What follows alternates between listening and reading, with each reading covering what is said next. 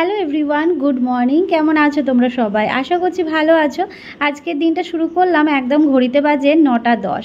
9:10-এর সময় ব্লগটা শুরু করছি। তবে আগে যেমন সকাল সকাল ঘুম থেকে উঠে প্রকৃতি তোমাদের সাথে শেয়ার করতাম, ছাদে গিয়ে ভিডিও করতাম, তার সাথে সংসারের কাজকর্ম, আর এখন সেটা তোমরা অনেকেই মিস করো। দেখো, আজকে আমার ডেলিভারির 1 মাস ওই 10 দিনের কাছে হয়েছে। এবার এর মধ্যে আমার পক্ষে তো সম্ভব নয় সংসারের সমস্ত কাজকর্মগুলো নিজের হাতে করা। তবে যেইটুকু আমি নড়াচড়া করে কাজ করছি সেইটুকুতেও আমার দিদিভাইরা আমাকে কমেন্ট করে বলছে, রিয়াঙ্কা রেস্ট নাও, তুমি বুঝছো না, সি সেকশন হয়েছে তোমার, পরে কিন্তু কষ্ট পাবে, এখনও সময় আছে, রেস্ট নাও, মা রয়েছে। দেখো, এইগুলো ভালো লাগা থেকে, ভালোবাসা থেকে আসে এই কথাগুলো, জানো তো। এই যে আমার চিন্তা করা, আমাকে কেন চিন্তা করবে, আমি কে? আমাকে তো তোমরা শুধু ভিডিওর মাধ্যমেই দেখো, কিন্তু ওই যে প্রতিদিন দেখে আমাকে ভালোবেসে ফেলেছো, তাই জন্যেই আমার চিন্তা করো। তাই এখন হয়তো আমি তোমাদেরকে সেইভাবে কাজকর্ম দেখাতে পারি না, তবে এই ঘরটুকুর মধ্যে আমার সীমাবদ্ধ। মায়ের তো হুকুম যে না, কোনো কাজে হাত দেওয়া যাবে না, তুমি ছেলে সামলাও। এবার হয়তো অনেকে কমেন্ট করবে, বাবা তোমার একারই ছেলে, খালি ছেলে ছেলে করো। হ্যাঁ, এই কমেন্টটা প্রচুর। এবার আমার ছেলেকে নিয়ে যদি কোনো প্রশ্ন ওঠে বা কোনো কথা তোমাদের বলতে হয়, অবশ্যই আমার ছেলে বলে বলতে হবে যে জানো তো আজকে আমার ছেলেটা এই করেছে। এটা তো স্বাভাবিক, এটা বলবো, এটা ন্যাচারাল ব্যাপার।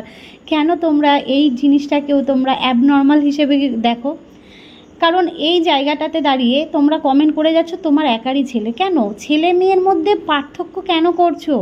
একটা মেয়ে যদি তার বাবা মার রাজকন্যা হতে পারে, একটা ছেলে কেন রাজপুত্র হবে না বলো? তাহলে ছেলের কথা যদি বলি তাহলে দোষটা কোথায়? জানো তো, দোষ কারুর না, দোষ হচ্ছে আমাদের সমাজে। আমাদের সমাজে কিছু শ্রেণীর মানুষ থাকে যারা বসেই থাকে মানুষের নেগেটিভ দিকটা তুলে ধরবে, নেগেটিভভাবে তাকে বলবে বা নেগেটিভ কমেন্ট করবে। এটা কিছু মানুষের কাজ। খুব একটা কমেন্ট নিয়ে ভিডিও করতে পছন্দ করি না। আমার সিম্পল লাইফস্টাইলে যা ঘটে সেইভাবেই আমি তোমাদের সাথে ব্লগ তুলে ধরি।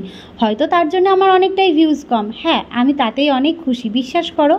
আমার চাই না আমার কোনো মশলাদার কিছু অ্যাড করে আমার ব্লগটাকে তোমাদের কাছে এন্টারটেনমেন্ট করা, প্রয়োজন নেই। যে কজন হাতে গোনা মানুষ আছে আমাকে ভালোবেসে দেখে, সে কজন দেখলেই যথেষ্ট। আজকে প্রচুর কমেন্ট চোখে পড়ে, হাসি, জানো তো।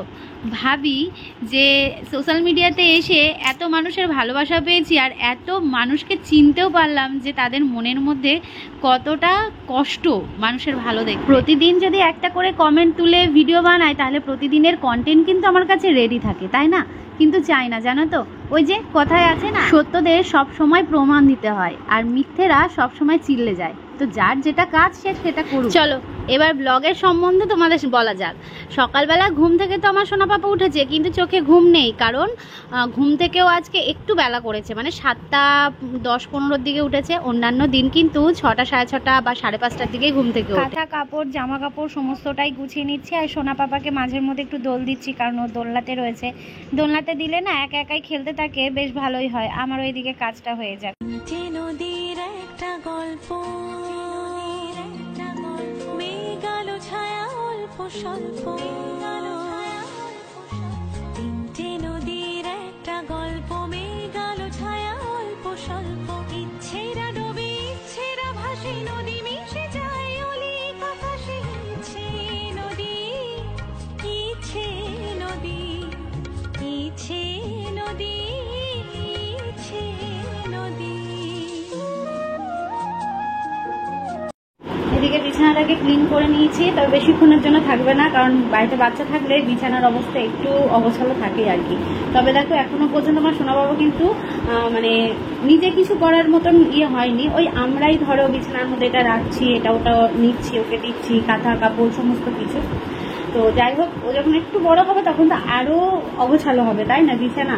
তো সেটা যে কতবার আমায় গোছাতে হবে সেটা চিন্তা করলে তো হবে না, এখন তো সবে শুরু আমার। আর এদিকে আমার সোনা পাপা মানে ঘুম মানে একটুখানির জন্য ঘুম, বুঝলে। এই যে এখন হচ্ছে নড়াচড়া চলছে, টয়লেট করেছিল, চেঞ্জ করে দিয়ে আবার দিলাম দোলনার মধ্যে। দোলনার মধ্যে চুপ থাকলে দেখবে তাও একটু ভালো লাগে, একটু এটা ওটা কাজ সেরে নেওয়া যায় আর কি। তো এখনও চোখ পিট পিট করছে, আবার তাকাচ্ছে, এই করছে। আর এদিকে সকালবেলা মাছ ভাজা দিয়ে ভাত খাওয়া হচ্ছে। লঙ্কা চচ্চড়ি, বাবা কতগুলো লঙ্কা, 3-4টে দিতাম, সেই লঙ্কা বলে ঝাল হয় না। তো তারপর এখন আজকে মনে হয় কটা গেছে, 7-8টা 7-8টা লঙ্কা দিয়ে এখন আলু ভাতে মেখে তারপর ওর নাকি ঝালই হয় না, তাই যে মাছ ভাজা দিয়ে ভাত খাওয়া হচ্ছে। ঝালই হচ্ছে না, তোকে আর দেখালাম না যেহেতু খালি গায়ে রয়েছে। তো চলো সঙ্গে থাকো, পরে দেখা হচ্ছে, ঠিক আছে? আর আজকে সুন্দর রোদ উঠেছে, তবে মেঘলাও করছে, মানে রোদ বৃষ্টি এখন এরকমই চলবে আর কি, এটাই চলছে। পাশে বাড়ি দিদিদের ছাগলটা খুব ডাকছে গো আজকে, বাড়িতে কেউ নেই তো, নেই দিদিরা, ওই জন্যই ডাকছে। ছাগলগুলো দেখছি ডেকে যাচ্ছে, অনেকক্ষণ ধরে ডাকছে। একটু একটু করে সংসারে টুকটুক করে কাজ করার চেষ্টা করছি, তার সাথে বকাও খাচ্ছি মায়ের আর আমার বরের। কিছু করার নেই, কি বলো তো, একটু একটু করে না করলেও তো হবে না বলো। তো ঘরটা ঝাড় দিলাম, মানে ঘরটা গুছিয়ে নিলাম, নিয়ে ঘর দিয়ে বারান্দা দিয়ে একটুখানি ঝাড় দিয়ে নিচ্ছি আর কি। এই তো টুকটাক কাজ, এখানে তো আমাকে কোথাও বসে কাজ করতে হচ্ছে না, বা সেইভাবে চাপ দিয়েও কাজ করতে হচ্ছে না, কিন্তু এইটুকুও করতে দেয় না। মা বলে যে না, আমি যতদিন রয়েছি ততদিন আমি করে দিই, তারপর তো তোকেই করতে হবে। তবে প্রতিটা মেয়ে কিন্তু প্রেগনেন্সি চলাকালীন বা ডেলিভারির পরে বাপের বাড়িতেই থাকে। হ্যাঁ, আমি নয় বাপের বাড়িতে গিয়ে থাকিনি, তাই মাই আমার কাছে রয়েছে। আর এই সময়টা কিন্তু প্রতিটা মেয়ে কিন্তু তার মাকে চায়, তাই না? আর এটা তো নতুন নয় যে আমার মাই একাই আমার জন্য করছে, প্রতিটা মেয়ের মায়েরাই করে আসছে এতদিন ধরে। ঘর বারান্দা ঝাড় দিলাম, দিয়ে এদিকে জানলাটা দেখো খুলে দিচ্ছি। এদিকে জানলাটা খুব একটা খোলা হয় না, এপাশের যে বক্স জানলাটা রয়েছে সেটাই খুলে রাখা হয় আর কি। আসলে এই দিকটায় জামা কাপড় মেলে রাখা হয় তো। আর এদিকে দেখতেই পাচ্ছ এসির যে কার্টুনগুলো রয়েছে সেইগুলো ওইভাবেই ওখানে রয়েছে। ওইগুলো বলা হয়েছিল সিঁড়ির ঘরের ওপরে দিয়ে আসতে, তো সেইগুলো আর আমার বর করেনি, ওপরে আর রেখে আসেনি, এই জায়গাটাতেই রয়েছে। আর বেশ রোদ উঠেছে, কিন্তু তার সাথেও যেন মেঘ করে রয়েছে। আর বর্ষাকাল মানেই তো এই মেঘ, রোদ, জল, বৃষ্টি, তাই না? আর এদিকের যে গাছগুলো রয়েছে এর মধ্যে একটা গাছ জানো তো মরে গেছে, আর এই দুটো গাছই রয়েছে। তবে এই দুটো গাছকে একটু ছেটে দিয়েছে, অনেকটা বেড়ে গেছিল। বাড়িতে ঝুল ঝাড়ার জন্য ঝুলঝাড়ুটা নেই, তার কারণ হচ্ছে পাড়ায় আগে না ঝুলঝাড়ুর লোকটা আসতো, কিন্তু এখন না ওই কাকুটাকে দেখি না আসতে। তো ওই যে ঝুলঝাড়ুর যে লম্বা যেগুলো পাওয়া যায় আর কি, তো সেইগুলো যে কিনবো সেটা আর হয়ে ওঠে না। তো বাজার থেকেও আনা হচ্ছে না, আর ও তো বাইক নিয়ে যায়, ওই বাইকে করে তো ওইভাবে অত বড় জিনিসটা আনাও সম্ভব নয়। তাই জন্যে এইদিকে যে ঝাঁটা ছিল, এই ঝাঁটাটাকে এই পাইপের মধ্যে ভরে রাখা হয়েছিল। তো এটা দেখে হঠাৎ করে খুলে গেছে, জানি না কিভাবে খুলে গেছে, হয়তো দড়িটা নরম হয়ে গেছে হয়তো, ওই জন্যেই। তো তারপর আমি ভাবলাম কি চলো এইটাকে ভালো করে বেঁধে রেখে দিই, কারণ এটা দিয়ে বেশ আমাদের ভালোই কাজ হয় জানো তো। মানে একটু ঝুল হলেই আমরা ঝুলটাকে হতে দিই না বেশি, একটুখানি ঝুল হলেই টেনে নিই, যেটা আমি আজীবন করে আসছি, ভাড়া বাড়ি থাকতেও তাই করতাম।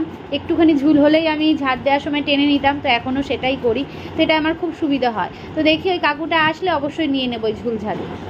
ছেলেকে দেখা, ছেলে স্নান করানো, ছেলেকে ঘুম পাড়ানো, এইটুকু কাজের মধ্যেই সীমাবদ্ধ রয়েছি। আজকে মাকে বললাম যে চাল কুমড়ো ঘন্টটা আমি করব। মা মাছের ঝোলটা করে নিয়েছে, ভাত তো হয়ে গেছে সকালবেলা। তো ছেলেটাকে ঘুম পাড়িয়ে দিয়ে, স্নান করিয়ে ঘুম পাড়িয়ে দিয়ে চলে আসলাম একটু রান্নাঘরে। মা কেটে দিয়েছিল চাল কুমড়োটা বেশ সরু সরু করে, এখন আমি মাছের মুড়ো দিয়ে ঘন্ট করে নিচ্ছি। দারুণ লাগে কিন্তু চাল কুমড়ো দিয়ে মাছের মুড়ো দিয়ে ঘন্টটা। এই তরকারিটা হতে কিন্তু অনেকটা সময় লাগবে, তাই ভাবছি এটা বসিয়ে দিয়ে আমি যাব হচ্ছে স্নান করতে, কারণ এই লাউ, চাল কুমড়ো এইগুলো দিয়ে না অনেকটা জল ছাড়ে, কিন্তু শুকোতে একটু সময় লাগে। অনেকদিন পর কিন্তু আজকে রুই মাছ নেওয়া হলো জানো তো, কাকার কাছ থেকে নেওয়া হয়েছে। তো রুই মাছের ঝোলটা যেমন দেখতে সুন্দর হয়েছিল, তেমন কিন্তু খেতেও ভালো হয়েছিল। তো আজকের মেনুতে এই রুই মাছের ঝোল, ভাত আর চাল কুমড়ো ঘন্ট। তরকারিটা নামিয়ে নিয়েছি, কিছু জামা কাপড় ছিল সেগুলো ভাঁজ করে নিলাম, এখন যাচ্ছি স্নানে। আর এদিকে আমার সোনা পাপা একটু পিটপিট করছে বলে দৌড় দিয়ে দিলাম, জানি না কতক্ষণ থাকবে। তো স্নান করে এসে ভাবছি একটুখানি ঘুমোবো, ও যদি ঘুমিয়ে থাকে আর কি, ও ঘুমালে তাহলে আমি একটু ঘুমোতে পারি, কারণ আমার চোখটা প্রচণ্ড জ্বলছে। কালকে রাত্রিবেলা ও অনেকক্ষণ উঠেছে, খেতে খেতে অনেকক্ষণ উঠেছিল। তো যাই হোক, প্রতিদিন এরকম করে না, কালকে একটু এরকম হয়েছিল আর কি, ওই জন্য ঘুমটা একটুখানি কম হয়েছে দুজনারই। তো ভাবছি ও যদি ঘুমায় তাহলে আমি এসে একটু ঘুমাবো, চোখ পড়তে চলে গেছে। তোমরা অনেকে চিন্তা করছো যে রিয়াঙ্কা তুমি শরীরটা হট করে ভেঙে গেছে, শরীরের যত্ন নিও, তুমি সুস্থ থাকলে সোনা পাপা সুস্থ থাকবে। তো আমি তো খাওয়া দাওয়া, ওষুধ খাওয়া সমস্তটাই ঠিকঠাক করছি। এবার কি বলো তো, আমার শরীরটা এমনই, অনেকের যেমন হাওয়া খেলেও শরীরে লেগে যায়, এরকম সমস্যা হয় না। আর আমার যেন একটু যদি বেনিয়ম বা অনিয়ম যাই বলো না কেন, এগুলো যদি কিছু একটা হয়ে যায় তাহলে আমার শরীরে এফেক্ট করে, এটাই আর কি। চাপ নিতে পারে না, ধকল নিতে পারে না, এরম শরীর। তোমাদের বললাম যে আমি স্নান করে এসে একটুখানি ঘুমোবো, তারপর এডিট নিয়ে বলবো। তো ব্যাস স্নান করে আসতে না আসতেই আমার সোনা পাপা উঠে যায়। তো যাই হোক, এখন আবার ঘুমোচ্ছে। তো এখন তো ঘুমোলে চলবে না, কারণ সময় হয়ে যাবে, তোমাদের সাথে ভিডিও শেয়ার করতে হবে। তো এখন বসেছে হচ্ছে এডিট নিয়ে। আমার চোখে যে কি ঘুম, কি বলবো তোমাদের। তো এখন এই এডিটের কাজ কমপ্লিট করে উঠতে উঠতে খেতে বসবো। তারপর আমার সোনা পাপা, মানে খেতে বসার সময় আমার সোনা পাপা উঠে যাবে। প্রতিটা সময় তাই করে, সকাল বিকেল বা রাত বলো, যখনই খেতে বসবো, মানে মা খেতে বসছে মানে এখন মায়ের কাছে যেতে হবে, এরকম একটা ব্যাপার। প্রতিটা বাচ্চাই মনে হয় এরকমই করে। তো যাই হোক, এখন আমি এডিট নিয়ে বসেছি। ঘুম তো নেই, ঘুমোতে পারলাম না। হ্যাঁ, সন্ধ্যের দিকে ও যখন ইয়ে করে, কি বলে, ঘুমোয় আবার সন্ধ্যের দিকে। তো সন্ধ্যের দিকে যখন আমি ঘুমোতে যাব, তখন আর আমার চোখে ঘুম আসে না। আর আমি যদি তখন ঘুমিয়ে পড়ি, তাহলে আবার রাত্রিবেলায় ঘুম আসবে না। কি সমস্যা বলো তো, মানে চারিদিকে সমস্যা। খুব বৃষ্টি হয়ে গেল এক পশলা, মানে মেঘ জমছে আর বৃষ্টি হচ্ছে। এখনও আকাশ ভীষণ ভালো পরিষ্কার, রোদে উঠে গেছে, কিন্তু মাঝের মধ্যে আবার হচ্ছে মেঘ করে আসছে। আর সত্যি বলতে এই মানে বর্ষাকালটায় আকাশের দিকে তাকালে মেঘ জমে থাকে, তো এক একটা আকার লাগে। দেখবে তোমরা খেয়াল করেছো কিনা জানি না, আমার তো এটাই মনে হয়, মানে এক একটা আকৃতি মনে হয়। এই যে যেমন আমি এখান থেকে বসে দেখছিলাম, দেখতে দেখতেই ক্যামেরাটা অন করলাম, মানে এডিট করছি আর বাইরে তাকাচ্ছি। তো মেঘটা এত সুন্দরভাবে রয়েছে, দেখে মনে হচ্ছে একটা মানুষের মুখের মতন। তারপরে যে আস্তে আস্তে মেঘটা কাটছে, পুরো মানুষের যে মুখের মতন টাইপের ছিল সেটা একদম সরে গেল, এরকম হয়। দেখবে এক একটা আকৃতির লাগে, তাই না?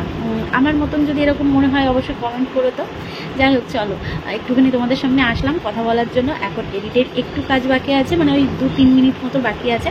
কাজটা কমপ্লিট করে এক্সপোর্ট দিয়ে রেখে দিই, কারণ কারেন্টের যদি চলে যায়, তো ওই জন্য এক্সপোর্ট করে আপলোড দিয়ে রাখি। তারপর ঠিক সময় তোমরা ভিডিও পেয়ে যাবে, কেমন? তো চলো সঙ্গে থাকো, পরে আসছি।